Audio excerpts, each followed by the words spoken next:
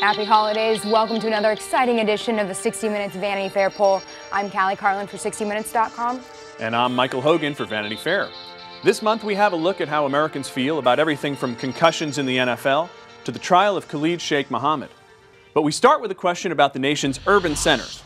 Now, when asked which major city best reflects American culture and values, just 4% chose the Motor City, Detroit. LA and DC didn't fare much better, with 8% and 9% respectively. Obama's Chicago beat out the bush country of Houston, but New York City topped them all with 18% of the vote. But the real winner is none of the above, which was chosen by 32% of people. As a New Yorker myself, I have a sneaking suspicion that my city would have scored lower had it not been for the unifying tragedy of 9/11. Now, New York is committed to trying accused 9/11 mastermind Khalid Sheikh Mohammed in criminal court. We asked whether the trial will make the city even more tempting to terrorists, and only 29% said yes. 61% said no, not at all. The Big Apple is a big, juicy target no matter what. Cali, you live in New York. What do you think? Does this raise your fear of something terrible happening? No, it doesn't. I agree with the majority that New York's a target no matter what. However, I think there are other controversies surrounding this that outweigh that one. Well, I guess all we can hope is justice is served without any frightening surprises.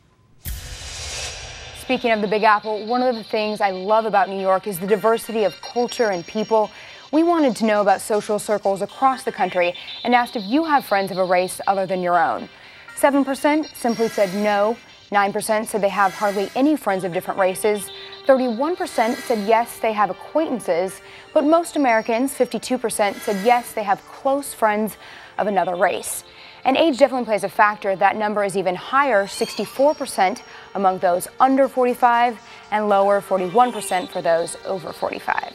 A recent 60 Minutes report by Bob Simon revealed long-term ramifications caused by concussions for professional football players. The NFL is looking closely at the health impacts. What do you think should be done? 8% say football is too dangerous. Soccer is the future. 14% said tell players to go easier on each other. Although I have a feeling that's not going to work too well. But the large majority, 65%, says the league needs to make better helmets. I think that type of technology usually comes from NASA, so maybe the NFL needs to fund some rocket research. I like that, some kind of technology exchange. Collaboration, exactly. Now, if your kids wanted to play football, though, Michael, would you discourage them? I think I would, unless they happen to be 350 pounds and 6'7". Otherwise, I think baseball or basketball are a lot safer. How about you? I'd be perfectly happy if my kids played tennis. It takes a certain type to dream about bashing heads in the NFL, but almost everybody has fantasized about starring in a Hollywood movie. If you had your way, what kind of movie would it be? Almost nobody wanted to face off with Jackie Chan in a martial arts epic, which I fully understand, and very few chose a thriller with Julia Roberts. Women were most likely to pick a drama with Meryl Streep or a romantic comedy with George Clooney or Cameron Diaz, while men said they'd like to team up on a comedy with Will Ferrell, an action movie with Will Smith, or a western with Clint Eastwood. Comic stars and superheroes have appealed to Americans' fantasies long before the Twilight vampires. But just for fun, we wanted to know which super ability you most covet. So if you could pick a power, what would it be? Just 3% would take Superman's X-ray vision, 13% super strength, 19% the ability to become invisible, which I'm pretty sure one of the Incredibles can do. 21% would like to fly, but the most desired skill by more than a third of Americans is the ability to read minds, just like Edward in the Twilight Saga.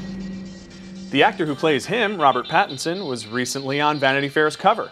Our new cover features Annie Leibovitz's pictures of Tiger Woods. For more on that, visit VanityFair.com.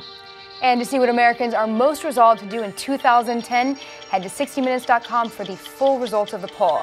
And hint, the most popular is not losing weight. That actually ranks 5th. Well, good luck with whatever your resolutions may be. For Vanity Fair, I'm Michael Hogan. And for 60minutes.com, I'm Carlin. Hope to see you next month for another exciting set of results.